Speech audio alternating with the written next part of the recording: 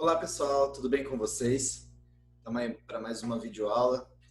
Agora a gente vai estudar profundamente o famoso triângulo retângulo e o teorema de Pitágoras. Então, não estranhe minha voz não, que ela está um pouquinho rouca, mas vamos lá. Eu vou abrir aqui uma imagem que você já deve ter visto várias e várias vezes nas minhas aulas, né? Essa aqui é a imagem de Pitágoras, tá certo? Só falar um pouquinho sobre ele, né? Que Pitágoras ele é o pai dos filósofos, né? Diz a lenda que ele foi, inclusive, professor até mesmo de Platão, tá certo? Mas muito do conhecimento que se tem sobre Pitágoras, ele não é um conhecimento científico, ele é um conhecimento que está mais ligado às correntes místicas, tá? Por quê? Porque existem poucos registros sobre a real vida de Pitágoras. E o que acontece? Pitágoras ele foi um fundador de uma escola. E dizem que muitas coisas que são atribuídas a Pitágoras, na verdade, era Pitágoras a escola e não a ele em si. Eu vou falar algumas coisas sobre o que é atribuído a ele. Tá? Primeiro é o Teorema de Pitágoras, que você já deve ter ouvido falar, mas tem mais coisas. Mas vamos começar no seguinte. Primeiro, Pitágoras, a origem de Pitágoras, ela já é uma origem mítica, tá? Ligado a um misticismo, à mitologia grega, tá certo? Então, quem que foi Pitágoras? Dizem que quando Pitágoras foi nascer, a mãe dele, que estava grávida, ela foi visitar umas sacerdotisas, tá certo? Num famoso Monte de Delfos, não sei se vocês já ouviram falar, da parte mitológica, né, de o que é Delfos e tudo mais, mas era um lugar onde existiam pessoas, né, místicas que tinham uma conexão com o deus Apolo, que era um deus muito famoso da mitologia grega, né, muito cultuado lá na Grécia. E Apolo, ele, pela mitologia, ele teria derrotado uma serpente que se chamava Piton, ou Python, tá? Essa serpente Piton era uma serpente que aterrorizava uma cidade que chamava Samos, e Apolo derrotou essa serpente, e essa serpente começou a trabalhar em favor de Apolo, tá certo? Então, quando a mãe de Pitágoras foi visitar as sacerdotivas de Delfos, né? Delfos era o local que se cultuava o deus Apolo. Quando a mãe dele foi visitar, as sacerdotisas disseram que Pitágoras seria um filho de Apolo que estaria nascendo aqui na Terra, e esse filho de Apolo, ele iria mudar o mundo, ele iria mudar positivamente o mundo. Então, o que era Apolo, né? O que Apolo fazia? Em primeiro lugar, Apolo, ele era guerreiro. Apolo era artista. E Apolo também era um estudante, chamava na época, ele era um sábio, tá certo? Então ele tinha todas essas características que foram herdadas por Pitágoras, tá? E aí isso vai trazer toda a base da filosofia, que é chamada de filosofia pitagórica, que deu origem a muita coisa que a gente conhece hoje, tá certo? Então eu acho que vale a pena falar um pouquinho disso, é uma coisa interessante, a parte histórica sobre Pitágoras. Então, para começar, Pitágoras ele era muito sábio, ele teve ótimos mestres, né? Não podia se falar professor na época, ele tinha grandes mestres. E ele ficou muito famoso pelos seus discursos. Então ele fazia muitos discursos pelas ruas, onde ele parava assim nas praças, todo mundo parava para olhar, para ouvir os discursos e olhar o que Pitágoras estava fazendo, né? E obviamente ele acabou se metendo em encrenca por causa disso, tá? Mas assim, ele ensinava coisas sobre guerra, sobre esportes, depois eu vou falar um pouquinho sobre música, mas ele falava muito sobre tudo, né? Ele tinha bastante conhecimento sobre a parte de religião, tá?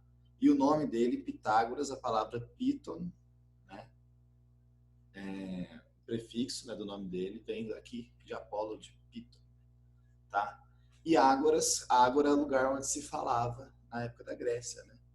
Então, quem é Pitágoras? Pitágoras é a casa de Piton, né? Que seria o mensageiro de Apolo pós a dominação, né? Depois que Apolo dominou Piton. Então, essa foi uma homenagem que a mãe de Pitágoras fez ao deus Apolo, que seria, né, o padrinho de Pitágoras em encarnação. Então, continuando aqui, Pitágoras, ele falando uma vez sobre religião, ele estava falando sobre as três qualidades de Deus, né? Que é onipresença, onipotência e onisciência. Obviamente, ele não falava de Deus, ele falava de Zeus, né? Então, quando ele estava falando sobre onipresença, nessa época ele costumava fazer discursos em público, ele acabou falando assim, tinha uns pés de feijão do lado dele, e aí ele começou a falar, né? Não, porque Deus, ele é onipresente, ele está presente em todos os objetos e todos os seres, em tudo que tem nesse mundo, inclusive nesses pés de feijão que estão aqui do meu lado. E como o pessoal era muito inteligente, né? Eles começaram a o quê? Falar que a gente não pode mais comer feijão, porque Pitágoras falou que Deus estava nos pés de feijão, né? A galera sempre, como sempre, muito inteligente, né?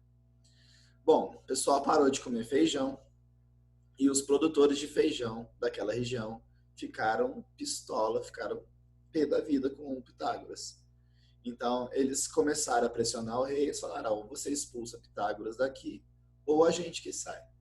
Então, o rei, não sei se essa palavra rei pode ser usada nesse contexto, né? Mas esse imperador, não sei, daquela região, ele expulsou Pitágoras da Grécia. No caso, ele morava na ilha de Samos, que é uma das ilhas da Grécia. Quando ele foi expulso da Grécia, ele foi para o Egito. E aí, no Egito, ele se tornou sacerdote egípcio. Ele tinha toda essa capacidade de falar, ele já conseguia se comunicar com o pessoal que era do Egito. Era muito comum que os gregos fossem ao Egito, então eles sabiam falar o idioma que se falava no Egito na época. E ele rapidamente se tornou um sacerdote egípcio. Sacerdote, gente, naquela época era bem diferente do que a gente entende por sacerdote hoje em dia. A gente pensa em sacerdote hoje em dia, a gente pensa em padre, né? Em padre que vai celebrar a missa. Não é isso, tá? Naquela época, o sacerdote era o cara que tinha estudo, era o cara que fazia contabilidade, era o cara que ajudava o faraó, tá certo? Então ele se tornou sacerdote e essa é a explicação de onde Pitágoras aprendeu o tal do Teorema de Pitágoras, tá? Porque o Teorema de Pitágoras, você tem registro dele aparecer no Egito e na Mesopotâmia muito tempo antes da Grécia, tá certo? Então, Pitágoras, ele não foi o inventor do Teorema de Pitágoras. Ele ficou conhecido como Teorema de Pitágoras porque ele que ensinou para os gregos. E aí, quando apareceu nos livros, é o Teorema que Pitágoras ensinava. Tá certo? Mas basicamente o Teorema de Pitágoras ele era usado no Egito porque no Egito eles tinham que fazer as coisas pararem em pé. E quando você quer fazer alguma coisa parar em pé, você precisa do famoso ângulo reto. Tá certo? E aí aquele ângulo reto, o desenho que eu fiz aqui, ele dá uma ideia do que eles usavam para fazer, o que eles faziam com esse ângulo reto, né? Eram também, né, as pirâmides. Mas os vários e vários objetos que os egípcios faziam parar em pé, tudo isso tinha que usar ângulo reto. Bom, depois de um tempo, houve uma guerra entre os egípcios e um pessoal um pouco da Mesopotâmia, em que Pitágoras foi capturado e escravizado, ele se tornou um escravo. da Mesopotâmia. Aí ele foi para a Mesopotâmia, ele ficou como escravo lá por muito tempo, mas o pessoal começou a ver as grandes habilidades dele e colocou ele para se tornar também como se fosse um contador do rei lá da Mesopotâmia, naquele momento. Bom, com o passar do tempo ele foi ganhando confiança, ganhou a liberdade dele, foi ganhando dinheiro, dizem que foi até a Índia, e depois ele voltou para a Grécia.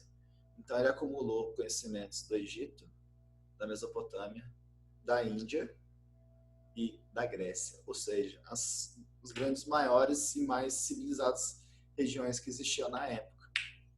Quando ele voltou para a Grécia, ele entendeu que ele tinha que parar com aquela história de fazer discurso para a multidão, de ficar ensinando ao público e todo mundo ouvindo o que ele tinha para ouvir, para falar. Então, o que ele pensou foi, eu vou criar uma escola, na época não existia essa palavra ainda, escola, mas hoje o pessoal conhece como escola pitagórica. Tá? A escola pitagórica era uma escola que era dividida em níveis, tinham várias provas para você poder entrar para essa escola. E aí, dentro dessa escola, você ia aprendendo um passo de cada vez, até chegar num ponto que eles poderiam discutir frente a frente com Pitágoras. Dizem que essa é a primeira escola do mundo. Então, para começar, o cara é um dos fundadores da escola. Então, quem gosta de xingar aí a escola, né, agora sabe quem que pode xingar, quem que é um dos criadores aí da escola. Bom, deixa eu aqui. Aí, continuando, Pitágoras ele foi um dos inventores da música, mas não da música, claro que existia música antes de Pitágoras, mas eu falo da música erudita, tá? Ele foi inventor de um instrumento chamado lira de 7 cordas. E é através dessa lira de 7 cordas que ele criou a escala musical. Então, a escala musical, a música formal, a música estudada, ela foi criada por Pitágoras. Esse negócio que o pessoal chama de Dó, Ré, Mi, Fá, Sol, Lá, Si, é uma criação de Pitágoras. Tá? Ele fez isso esticando cordas, e aí ele percebia que quando ele pegava uma corda, esticava. Vou fazer uma apresentação aqui. Se eu pegar uma corda e esticar, quando eu bater nessa corda, ela vai ter um som. Não importa que som seja. Se eu pegar uma outra corda que tem metade do tamanho e esticar ao mesmo tanto, ou seja, deixar na mesma pressão, vamos dizer assim. Na época eles não tinham essa palavra, né? Mas eles... basicamente, você pegar essa primeira corda e dividir ao meio. Vamos supor que essa corda aqui, ela dá uma nota que é Dó. Se você dividir ela ao meio, vai ser um Dó também. Então, Pitágoras, ele percebeu isso. Ele dá o mesmo som, só que mais agudo. E aí ele foi fazendo várias divisões, né? Então, por exemplo, se dividir em 4 partes a corda e pegar 3, ou seja, 3 de 4, 3 quartos, né? Vai dar uma nota também que é a terça, que é conhecida como terça na escala musical, tá? Que no caso seria, na escala do Dó seria um Mi. Acho que o pessoal não vai entender assim, vou escrever assim. Então seria um Mi, tá? Então essa história de pegar a corda, dividir a corda e ir encontrando que nota vai soar, foi uma criação de Pitágoras. Tanto que a lira de 7 cordas ela é feita assim, né? Cada corda ela tem um comprimento. Pitágoras foi um dos maiores desenvolvedores da geometria, então a gente sempre vai ver esse símbolo aqui, sempre ligado a ele, né, que é o esquadro e o compasso. Ainda até hoje ele é usado por alguns lugares, como a maçonaria, por exemplo, que usa até hoje esse símbolo, que é de Pitágoras. E o mais importante para nós, que é o tal do Teorema de Pitágoras. Como eu já disse, não foi descoberto por Pitágoras, mas foi divulgado por ele. Então, como que o pessoal antigo fazia para achar ou para criar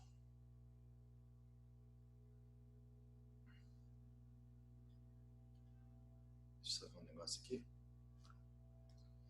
Como que os antigos faziam para achar ângulos retos? Então, eles tinham uma forma de achar ângulo reto, que era fazendo quadrados, tá certo? Então, olha só, vamos reparar nesse quadrado aqui. Quantos quadradinhos tem dentro dele? Então, se vocês separarem, tem 5 em preto, 4 em branco. Ou seja, ele tem 9 quadradinhos. Certo? Esse outro quadrado aqui, se vocês separarem, tem 8 em preto e 8 em branco. Ou seja, ele tem 16 quadradinhos. Certo? Quanto dá 9 mais 16? 9 mais 16 dá 25. E 25 é a quantidade de quadradinhos que tem nesse aqui. Tá? Que tem 5 por 5. Tá certo? Então, eles descobriram que se você fizer um quadrado com lado 3, um quadrado com lado 4 e um quadrado com lado 5, 3 ao quadrado mais 4 ao quadrado dá 5 ao quadrado. E se você juntasse isso, ia resultar num triângulo que tem um ângulo reto. Ou seja, um triângulo retângulo. Então, Pitágoras ele conhecia isso, né? É o que a gente chama de trios pitagóricos, ternos pitagóricos, que são números que se encaixam nessa formulazinha aqui, que você levar um ao quadrado, levar o outro ao quadrado, dá o terceiro ao quadrado. Um outro exemplo, o 5 ao quadrado mais o 12 ao quadrado dá 13 ao quadrado. Esse aqui é um outro exemplo de ternos pitagóricos, né? De trio que os pitagóricos já conheciam isso 300 a 400 anos antes de Cristo. 5 ao quadrado dá 25, 12 ao quadrado dá 144, se você somar isso aqui, dá 169, que é 13 ao quadrado. Tá certo? Isso tem muito a ver com uma coisa que gera muita dúvida, né? Que é a questão da raiz. Por que que raiz de um número é sempre positivo? Bom, a raiz de um número ser sempre positivo, ela vem dessa questão de Pitágoras. Por quê? Olha só. A palavra radix, em grego, significava lado. Então, ele escreveu assim, radix quadratum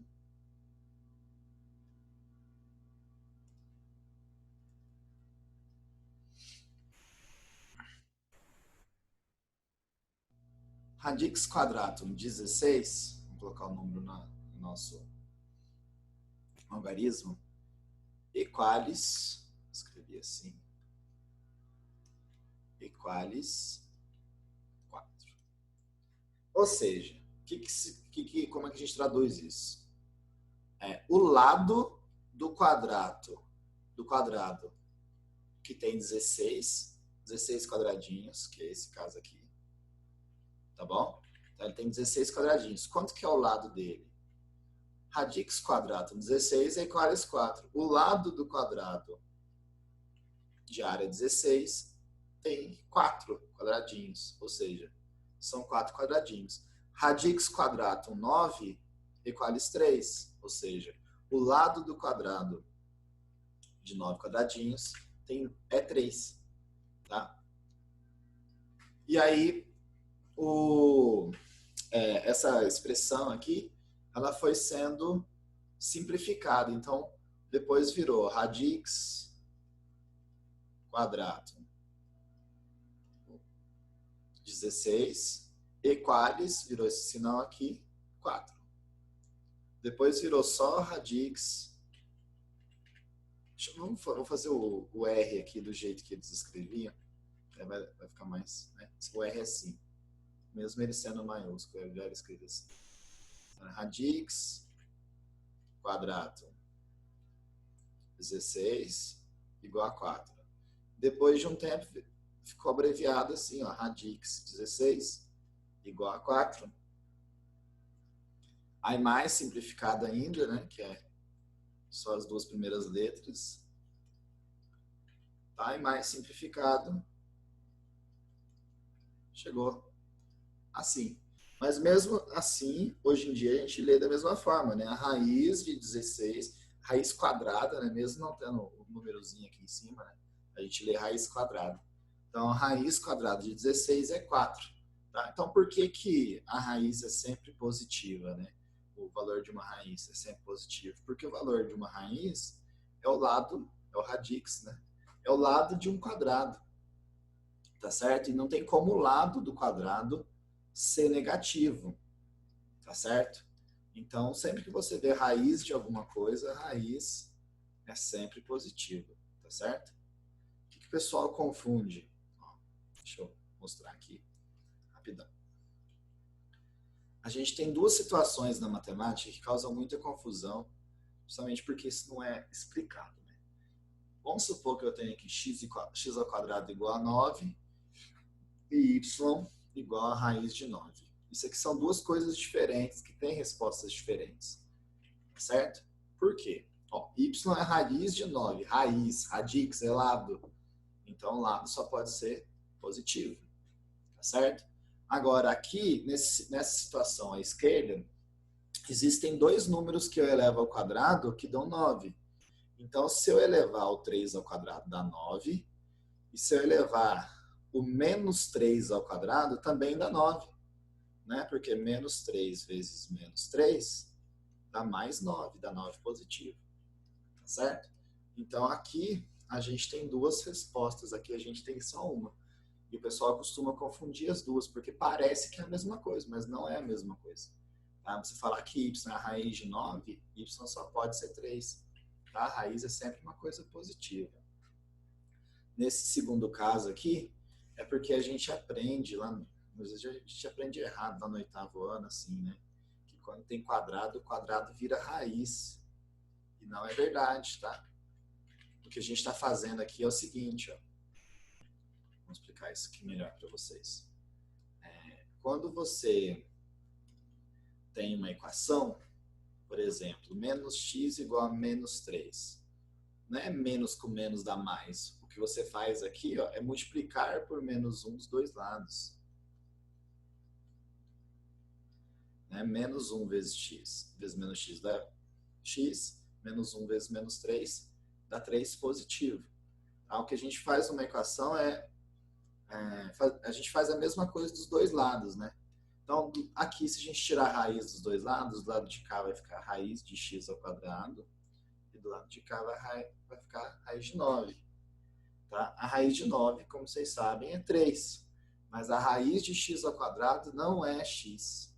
Tá? A gente tem que tomar cuidado, é módulo de x. Vocês vão estudar isso com a Teca no 3º bimestre desse ano, tá bom? Vocês vão estudar módulo com ela. Então, a raiz de uma coisa ao quadrado não dá essa coisa, ela dá um módulo dessa coisa. E o módulo significa que ele pode ser mais ou menos o valor, tá certo? Então, x, nesse caso aqui, ele pode ser tanto mais 3 quanto menos 3. Então, é uma coisa a se tomar cuidado, tá certo? Bom, voltando aqui para o nosso assunto de Pitágoras, então, o que ficou conhecido como Teorema de Pitágoras é essa história de que se você tem um triângulo retângulo, certo? Esse triângulo ele tem os lados que formam o ângulo reto, tá? Então, chamar de B e de C, esses lados, e um lado que é oposto ao ângulo reto. Esse lado que é oposto ao ângulo reto é chamado de hipotenusa, tá? E esses lados que formam o ângulo reto são chamados de catetos. Tá certo? Então, o Teorema de Pitágoras, ele fala o seguinte: a hipotenusa ao quadrado é igual à soma dos quadrados dos catetos. Tá? E aí isso aqui é chamado de Teorema de Pitágoras. Então, o que é o Teorema de Pitágoras? É uma relação que existe para triângulos retângulos. Então, por que tem que ser retângulo? Porque para alguma coisa ser cateto, cateto é lado que forma ângulo reto. Essa é a definição de cateto. Tá? Então, esse teorema de Pitágoras, ele só pode ser utilizado para triângulos retângulos. Tá certo? Então, hoje a gente vai estudar aqui algumas relações que só existem para triângulos retângulos, tá? Elas não funcionam para triângulos não retângulos, tá certo? Bom, vou fazer aqui um triângulo retângulo para a gente. E vou girar ele para ficar na posição que o matemático normalmente usa. Bom, o matemático gosta de triângulo retângulo assim, que o ângulo reto fica na parte de cima, certo? Eu vou fechar aqui o ângulo reto.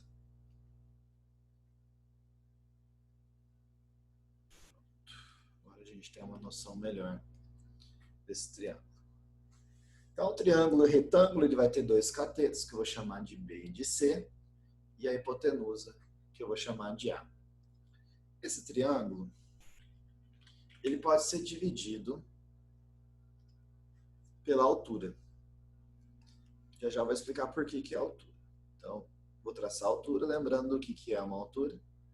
A altura, ela liga o vértice à reta da base, formando o ângulo reto. Vou fazer um ângulo reto aqui, a mão mesmo, tá certo? Vamos chamar ela de H. Então, essa aqui é a altura, e essa altura ela dividiu em dois triângulos, tá certo? Vamos dar nome para esses ângulos aqui no original. Vou chamar aqui de alfa e aqui de beta. O que a gente sabe sobre alfa e beta? Alfa mais beta tem que dar 90 graus, são complementares, não é verdade? Então, ó, se eu colocar o beta aqui e o alfa aqui, quanto tem que medir esse ângulo aqui de cima? Bom, vamos chamar de x. Aqui é 90. Eu sei que x mais beta mais 90 tem que dar 180. Ou seja, x mais beta tem que dar 90. Compare essas duas equações aqui. Qual que é o ângulo que somado com beta dá 90? É o alfa. Ou seja, o x ele é o alfa. Tá certo? Então, esse ângulo aqui em cima, onde está o x, na verdade a gente já pode falar que ele é o alfa. E aqui a gente pode falar que é o beta pela mesma maneira, pelo mesmo raciocínio. Alfa mais beta mais 90 tem que dar 180. Então, esses triângulos aqui, ó, tá vendo? Esse aqui tem ângulo de 90, alfa e beta. Esse é 90, alfa e beta. 90, alfa e beta. Eles têm os mesmos ângulos, na verdade. Se eles têm os mesmos ângulos, eles são semelhantes. Então, vamos dividir aqui em M e N. Lembrando que tudo isso aqui dá A, ou seja, A é M mais N. Bom, então eu vou pegar esse triângulo aqui e vou dividir ele em dois pedaços, em outros dois triângulos. Então, vou fazer esses triângulos já todos na mesma posição. Vou girar aqui.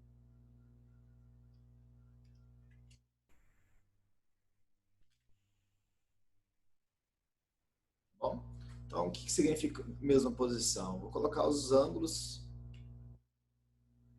Não fiz errado. Desculpa.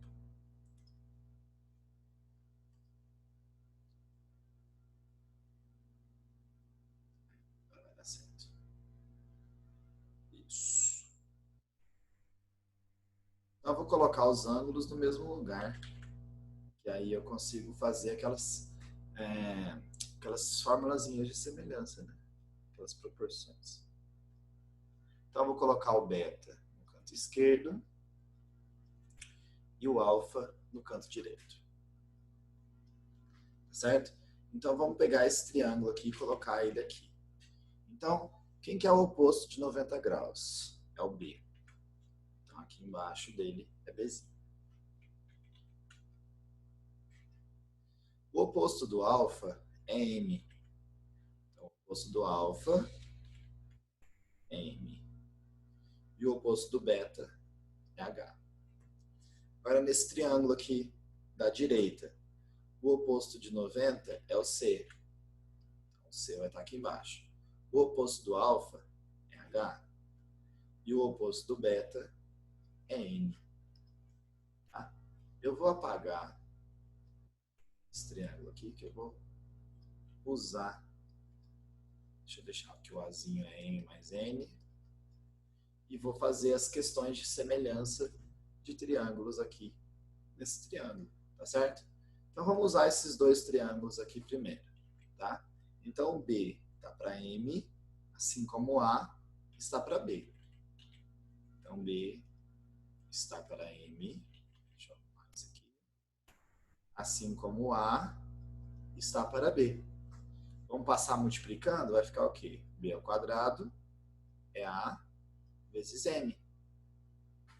Então, isso aqui é uma fórmula que a gente usa quando for fazer questões de triângulos retângulos, tá certo? Então, você não precisa fazer esse semelhança de triângulo o resto da vida, tá? Você pode decorar essas fórmulas. É claro que é legal você entender de onde que vem, caso você esqueça na hora da prova, caso você esqueça como que é a fórmula, você pode fazer por semelhança de triângulo. Agora eu vou fazer a semelhança de triângulo com esse último triângulo aqui. Então, C está para N, assim como A está para C. Então, C está para N, assim como A está para C. Passa multiplicando, C ao quadrado é A vezes N. C ao quadrado é A vezes N. Belezinha? Então, essa aqui é uma segunda fórmula. Uma terceira fórmula que a gente pode fazer é pegando os catetos desses dois triângulos. Então, ó, o M está para o H, assim como o H está para o N. Passa multiplicando, vai ficar H vezes H dá H ao quadrado, é M vezes N. Então, essa é uma quarta formulazinha que a gente pode fazer para o triângulo retângulo, certo? E por fim, e não menos importante, a gente pode fazer, deixa eu ver aqui qual que a gente pode usar. Vamos usar esses dois triângulos aqui, esse com esse, tá? Então C está para H, assim como A para o B. C está para H, assim como A está para B, tá? Então, vamos passar multiplicando aqui, vai ficar A vezes H igual a C vezes B ou B vezes C, certo? Então, a hipotenusa vezes a altura é cateto vezes cateto. A hipotenusa vezes a altura é cateto vezes cateto. A gente chegou num monte de fórmulas. E por incrível que pareça, o teorema de Pitágoras ele está aqui dentro. Basta a gente pegar essas duas equações aqui e somá-las. Então, ó, B ao quadrado é igual a A vezes M. E C ao quadrado é A vezes N. Se eu somar essas duas equações como um sistema, né? Do lado esquerdo vai ficar B ao quadrado mais C ao quadrado. E do lado direito vai ficar A vezes M mais A vezes N. Só que aqui eu posso colocar o A em evidência. Então vai ficar assim, ó. A que multiplica M mais N. Só que M mais N é o próprio A. Então vai ficar que B ao quadrado mais C ao quadrado é A vezes A. A vezes A é A ao quadrado. Que é o nosso famoso teorema de Pitágoras, que A ao quadrado é B ao quadrado mais C ao quadrado. Tá certo? Então essas são as fórmulas que a gente pode utilizar para os casos de triângulos retângulos, tá certo? Então vou dar um exemplo aqui para vocês. E aí vocês podem tentar fazer os exercícios da apostila, tá bom? Então um exemplo que eu posso dar aqui, deixa eu pegar um triângulo retângulo. Não vou apagar tudo não. Vou deixar o modelo aqui. Vou deixar esse modelo aqui, para a gente não esquecer.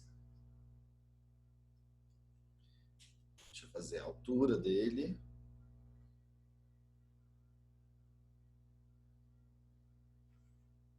Certo? Aqui tá o Hzinho. O M e o N. Tá? Então, vou pegar um exemplo aqui. Suponha que a gente tem um triângulo retângulo. Lembrando, tem que ser retângulo. Se não for retângulo, eu não posso usar essas relações, tá? Aqui eu tenho a altura. Ferramenta errada. Assim. Aqui eu tenho a altura desse triângulo. Eu quero descobrir essa altura, sabendo que esse cateto mede 3, esse mede 4 e a hipotenusa mede 5. Então, quanto que vale a altura desse triângulo? Então, vamos ver a nossa relação. O que a gente tem? A gente tem o B, o C, o A e quer descobrir o H. Qual fórmula que tem o B, o C, o A e o H? É essa aqui. Certo? Então, eu vou utilizar essa fórmula que fala que a hipotenusa vezes a altura é cateto vezes cateto. Quanto que é a hipotenusa? É 5. Cateto é 3, o outro cateto é 4. 3 vezes 4 dá 12, dividido por 5. Esse é o valor da altura. Esse aqui dá 2,4. Tá certo? Então, essa aqui é uma das nossas possíveis aplicações para essas equações. Deixa eu fazer uma outra aqui. Vamos supor que eu quero achar y, que é esse pedaço aqui, que vai daqui até aqui. Então, o y, ele é o n. Então, qual que a gente pode usar? A gente pode usar essa fórmula aqui, ó, que c ao quadrado é a vezes n. Então, cateto ao quadrado é a hipotenusa vezes o n. Certo? Então, quem que é o c? O c é 4. 4 ao quadrado é a hipotenusa vezes o n. 4 ao quadrado é 16. Passo 5 dividindo, vai ficar 16 sobre 5, que dá 3,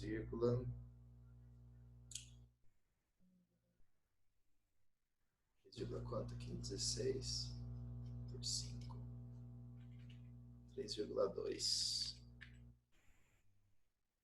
Certo? Isso mesmo. Isso mesmo, 3,2. Tá?